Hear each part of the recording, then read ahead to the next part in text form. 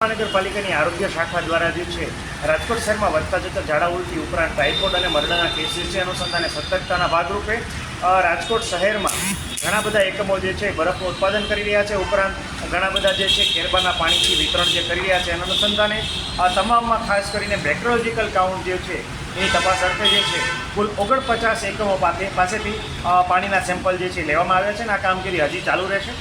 આ સેમ્પલ લઈને PDU medical college ખાતે જે છે માઇક્રોબાયોલોજી ડિપાર્ટમેન્ટ ખાતે મોકલવામાં આવ્યા હતા અને એમપીએન કાઉન્ટ અને કોલિફોર્મ કાઉન્ટ જે છે આ બંને ટેસ્ટ કરવામાં આવતા 39 એકમોમાં બેક્ટેરિયાની હાજરી છે એ ખૂબ નિયત માત્રા કરતાં વધારે જોવા મળી હતી અને અનસેટિસ્ફેક્ટરી રિઝલ્ટ આવ્યા હતા.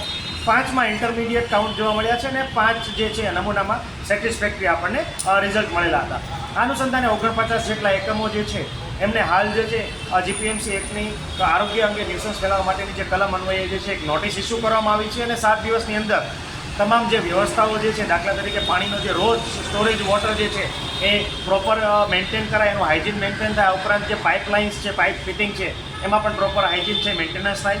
રો વોટર જે વપરાશ કરી રહ્યા છે ક્લોરિનેટેડ પાણીનો જ વપરાશ કરે. આ ઉપરાંત જ્યારે વિતરણ થતું હોય ત્યારે ટ્રાન્સપોર્ટેશન પણ હાઇજીન કન્ડિશનમાં મેન્ટેન રાખે વગેરે બાબતે સૂચનાઓ આપવામાં આવી છે.